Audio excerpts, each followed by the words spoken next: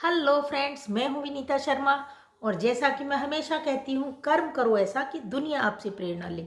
और आज मैं आपके सामने लेकर उपस्थित हुई हूं एक बहुत ही प्यारी सी बात।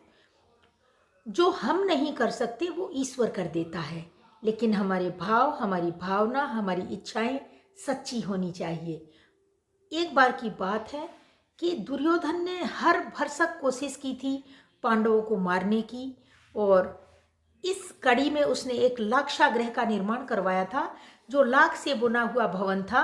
और उसमें उन्होंने पांडवों को रहने पर मजबूर कर दिया था। और एक समय ऐसा आया कि उसने उस लाक्षागृह में आग लगा दी। और भगवान की दया से, ईश्वर के प्रताप से या पांडवों के अच्छे कर्मों के कारण पांडव वहां से बच निकले। और वो शहर शहर, घर घर, गली गली घूम रहे थे। और उसी दौरान राजा द्रुपद ने अपनी प्यारी पुत्री द्रौपदी के विवाह का स्वयंवर रचाया था। उस स्वयंवर की शर्त ये थी कि नीचे कढ़ाई में तेल भरा हुआ था और ऊपर चक्र पर मछली घूम रही थी। और उस शर्त के मुताबिक उन्होंने कहा था कि इस चलती हुई मछली की आंख जो बींध सकता है, अर्थात उसमें निशाना साध सकता है, वही मेरी पुत्री का वर होगा। इस तरह से पांडव भी वहां पहुंचे थे। दुर्योधन भी उस सभा में मौजूद था और सभी उस मछली की आंख को बींधने का प्रयास कर रहे थे। श्री कृष्ण ने अर्जुन को बुलाकर कहा कि हे अर्जुन, तुम अपना सच्चा पूरा प्रयत्न करना, बाकी सब कुछ मैं कर दूंगा। तो अर्जुन ने कहा कि आप क्या कर देंगे? सब कुछ तो मैं कर लूंगा। तेल में मुझको देखना है, आंख मुझको बींधनी है, फिर आप क्या करेंगे? तो श्री कृष्ण ने कहा, अरे अर्जुन, तुम जाओ, निशाना साधो, बाकी मैं सब कुछ कर दूंगा। तो अर्जुन हट कर लिए कि बताइए आप क्या करेंगे? तो उन्होंने कहा, तुम पूरे प्रयत्न श्री कृष्ण ने कहा कि हे अर्जुन, तुम पूरे प्रयत्न से अपनी पूरी कोशिश करके मछली की आंख पर निशाना साधो और इस तेल को मैं स्थिर कर दूंगा, तो तुम्हें निशाना साधने में बिल्कुल भी दिक्कत नहीं होगी।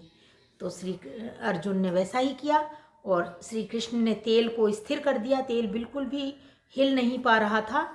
और ऊपर देखकर अर्जुन ने ऐसा निशाना लगाया कि द्रौपदी की शादी अर्जुन के साथ हो गई। तो हमेशा आप याद रखिए कि जो हम नहीं कर सकते वो ईश्वर कर देता है। और हमें अपने पूरे प्रयत्न से अपने कार्य को करना चाहिए।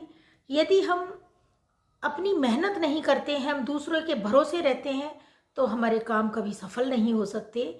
और हमें ईश्वर पर पूरा भरोसा रखना चाहिए, क्योंकि जिस प्रकार हम अपने बच्चों को, एक बच्चा होता है जिसके लिए हम अपना पूरा जीवन समर्पित कर देते हैं, तो हम भी तो ईश्वर के बच्चे हैं। उसने हमें जन्म दिया है, तो वो भी हमारा पिता है और वो हमारी हर मुसीबत में हमारे साथ खड़ा रहता है। आप अपना और अपने बच्चों का और ईश्वर का और अपना एक रिश्ता देखिए कि क्या ये रिश्ता बराबर से कहीं ऊपर नहीं है।